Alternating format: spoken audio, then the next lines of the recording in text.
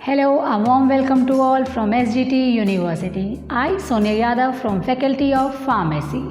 Today we will be learning about antifungal drugs and its mechanism of action. Antifungal agents are the special class of drugs which are designed to treat mycosis or fungal infections. And these antifungal agents, they work either through fungistatic action, means that they are going to inhibit fungal growth, or they work either through fungicidal action, means that they are going to kill the fungi. Now let's draw a simplified fungal cell with a cell wall, cell membrane and nucleus. And these three compartments called cell wall, cell membrane and a nucleus. These three compartments are acting as the targets of antifungal agents. So different group of antifungal drugs targets these different compartments. For example, glucan synthesis inhibitor target the cell wall, DNA and RNA synthesis inhibitors and mitosis inhibitors that are going to target the nucleic acid or nucleus. And lastly, cell membrane has become the target of ergosterol synthesis inhibitor, which includes azoles and allyl amines, and the cell membrane disruptors, which includes polyenes. Definitely, one of the things that we want to study of antifungals is their mechanism of action. So, in this first part of lecture, we are going to focus only on the mechanism of action of all the antifungal drugs. Right now, if you look at the picture here, you find that fungal cell is made of tough outer cell wall and inner cell membrane, and cell membrane is mostly made up of phospholipids and with some sterol molecules called ergosterol. And the most common target for antifungal drug is the membrane sterol component called ergosterol. So you are thinking, what do you mean by ergosterol? See, similar to mammalian cholesterol, ergosterol is the fungal cholesterol that is found in fungal cell membrane, which acts to maintain cell membrane stability or integrity. So without ergosterol, the structure of the cell membrane is going to disrupt, and this will cause membrane bound protein called ion channels stop working properly, and this will also make the cell membrane so fragile, which eventually leads to inhibition of fungal growth. If you see here, this is the synthesis pathway of ergosterol. The precursor of both mammalian cholesterol and fungal ergosterol is lanosterol, and the precursor of lanosterol is squalene. And if you see here, the conversion of squalene to lanosterol is going to happen via the formation of squalene epoxide, and this whole thing is catalyzed by an enzyme called squalene epoxidase. See, fungi is having a cytochrome P450 enzyme called 14-alpha demethylase enzyme in the mitochondria as well as in the endoplasmic reticulum. And you know what is the specialty of this enzyme?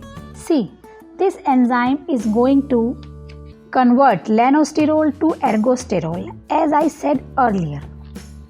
It's worth to repeat it again. Without ergosterol, the structure of the cell membrane is going to be disrupted, and this will cause membrane bound proteins like ion channels looking properly, and the membrane is going to become fragile, which eventually leads to inhibition of fungal growth. There is a group of drugs called polyenes, which include amphotericin B and nystatin. And these polyenes are designed in such a manner that these drugs are going to bind to ergosterol, and by binding to ergosterol, they are actually going to form some artificial pores in the cell membrane, thereby making the cell membrane or fungi very permeable or very leaky. and this causes significant changes in the ion balance, including the loss of intracellular potassium. And this leads to death of fungal cell. If you go setback in the synthesis pathway, you can see the target that some other groups of drugs works on. There is a group of antifungal drug called azole that can inhibit the enzyme called 14-alpha demethylase. By inhibiting this enzyme, you are going to block the conversion of lanosterol to ergosterol. So this class of drug called azoles, they are going to inhibit the synthesis of ergosterol. Remember, never just memorize the drug name and the enzyme that it inhibits, but you need to know the pathway that while you are on a drug like azole, for example, fluconazole, you are going to accumulate lanosterol because you are not going to form ergosterol. And this inhibition of the formation of ergosterol is going to disrupt the membrane.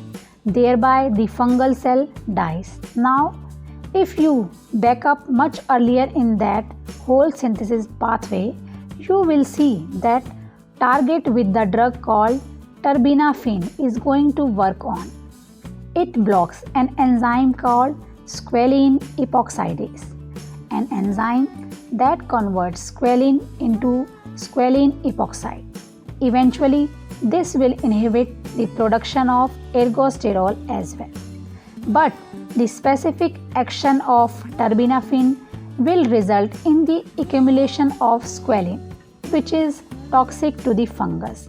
And this concludes our antifungal targets in the cell membrane. Now let's discuss our fungal targets in the cell wall.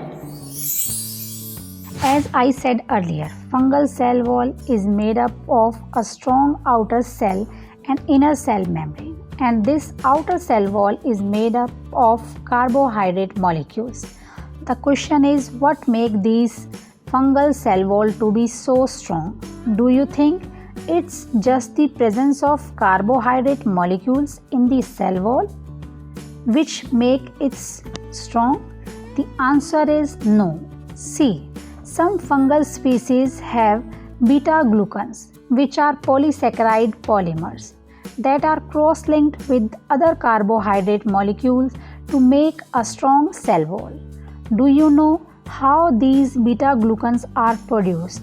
See, these beta-glucans are produced by an enzyme called beta-1,3-glucan synthase, and this enzyme is not found in human cells, which makes it a good target for antifungal medication. See, there is a group of antifungal drugs that specially targeted this beta-1,3-glucan synthase enzyme, and these class of drugs are called echinocandins, or we call it as fungin drugs. These fungin drugs include endulafungin, micafungin and caspofungin, where these drugs are going to inhibit the synthesis of a cell wall component called beta-glucan. Thereby, it's going to prevent the formation of beta-glucan. Thereby, it prevents the cross-linking of carbohydrate molecule, and it makes the cell wall so fragile. So up to now we have discussed only the mechanism of action of drugs that targets to cell wall as well as cell membrane compartments. Now let's move on to the drug that interact with nucleus compartment. See, these drugs includes microtubules, function inhibitors and nucleic acid synthesis inhibitors like DNA and RNA synthesis inhibitors as well as mitosis inhibitor. So there is a drug called greaseprevir which interferes with mitosis by attacking microtubules.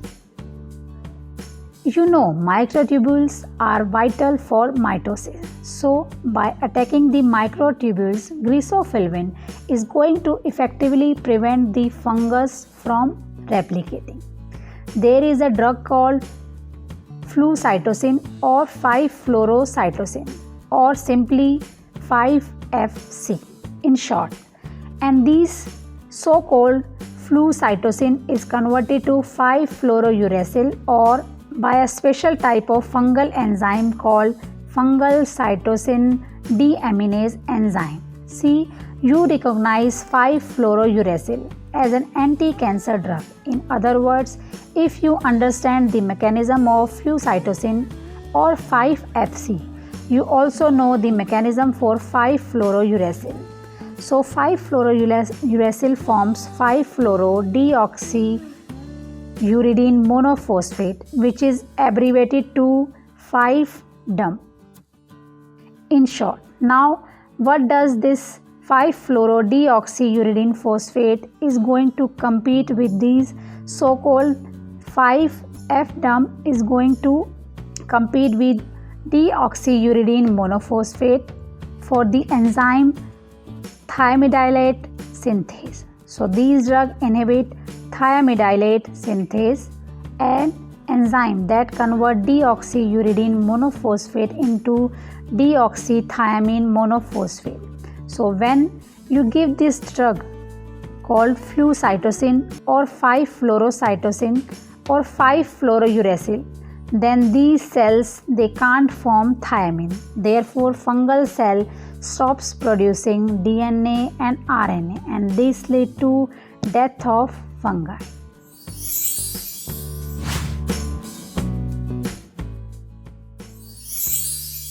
So today we have covered general about antifungal drugs and their mechanism of action.